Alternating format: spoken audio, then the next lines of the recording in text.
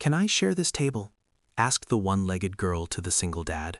Then he said, "She asked me that question 2 seconds after I had decided I no longer believed in coincidences. Can I share this table?" Her voice was soft, careful, like someone who'd learned to measure every syllable. A cracked porcelain cup trembled in her hand, and her crutch, glinting under the cafe's yellow light, tapped once against the wooden floor before she steadied herself. I looked up at her. One leg, a faded denim skirt, a backpack too heavy for her thin shoulders, eyes that looked like mine before life ripped the softness out. My son sat beside me, sketching quietly, humming to himself. He didn't look up. He didn't notice how the world sometimes delivers storms in the shape of strangers. "Sure," I said.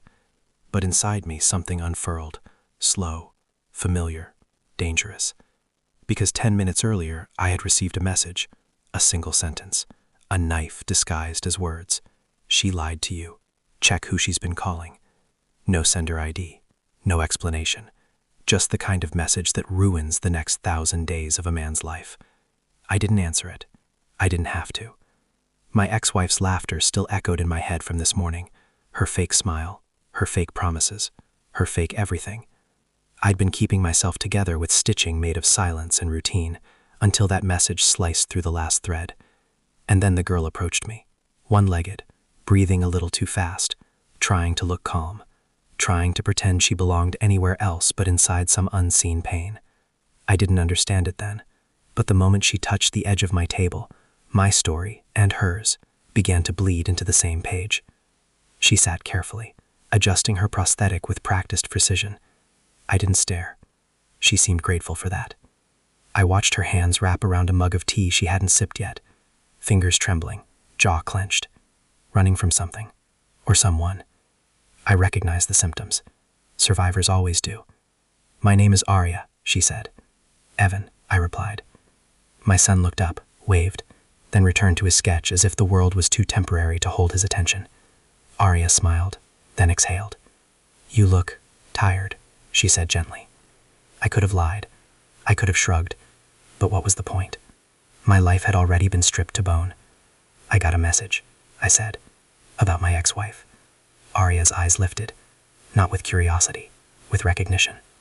"What message?" she asked softly. "That she's been lying. That I should check who she's been calling." I paused. "But I already know." Arya didn't blink, didn't gasp, didn't say the predictable lines strangers say. Instead, she whispered, "Lies don't rot you all at once. They hollow you slowly." I stared at her, and in that moment, I knew one thing with blade-sharp clarity. She had lived inside lies too. Maybe still did.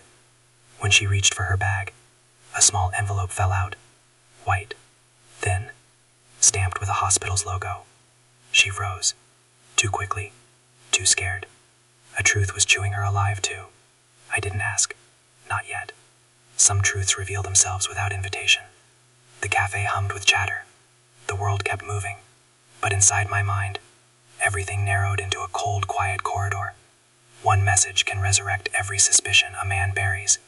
While my son drew spirals, I opened my phone under the table. Call logs, backup history, cloud sync. I moved like a surgeon, precise, silent, emotion locked behind steel. Name after name, number after number, until I found it. One contact, repeated, deleted, restored, deleted again. A man's name, of course, always a man. My breath didn't hitch, my pulse didn't rise. I'd run out of energy for shock months ago. Arya sipped her tea finally. Her eyes flickered to my screen, then away, then back. "You found something," she said quietly. I didn't deny it. "What about you?" I asked. It was careless, dangerous, but something about her, the stillness she fought so hard to maintain, made me want to understand. She hesitated. Then she slid the hospital envelope toward me. Her hand shook. The seal was already broken. I didn't open it. I didn't need to. "Cancer?" I asked softly. "No," she whispered. A pause. A DNA test. My spine stiffened. Her eyes glistened. Not with tears, with something heavier. "I found out last night," she said, "that the man who raised me isn't my father." A crackling silence fell between us. Two strangers, two lives unraveling in parallel. My son kept drawing, unaware his father's entire world had begun to shift again, this time towards someone else's pain. Arya inhaled shakily. I came here because I didn't know where else to sit. She didn't know the irony.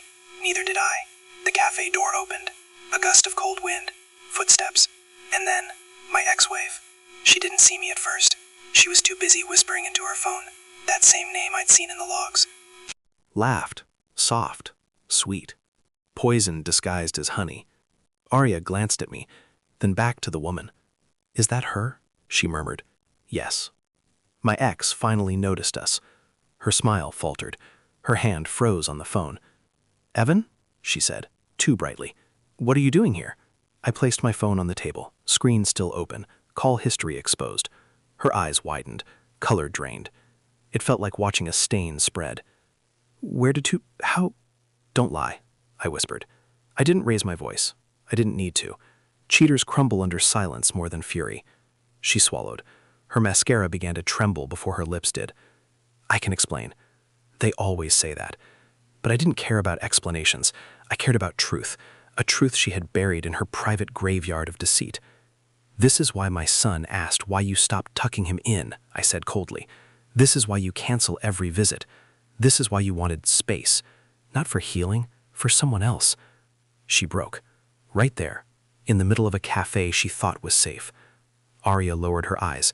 Her hand found mine, barely touching, a gesture not of romance but of understanding. We were two people watching our illusions die. I stood, not with anger, with clarity.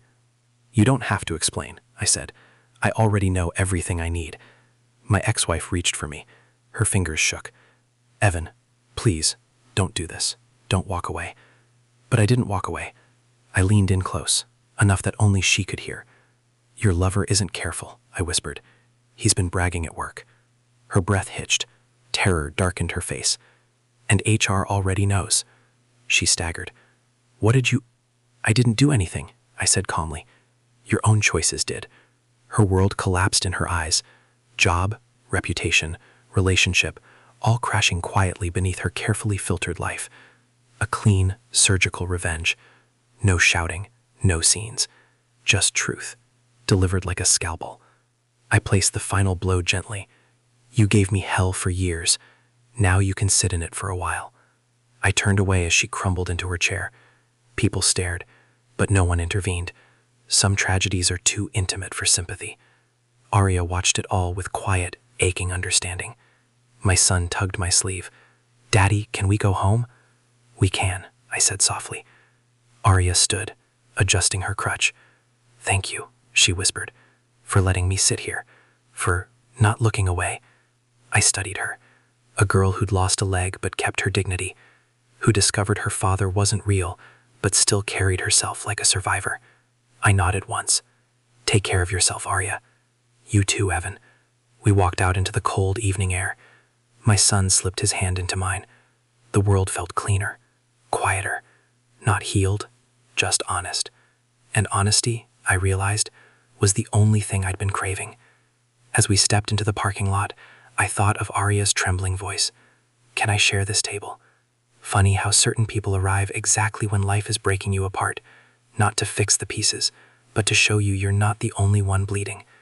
I exhaled, long, slow, final, and I left the ruins behind me without looking back.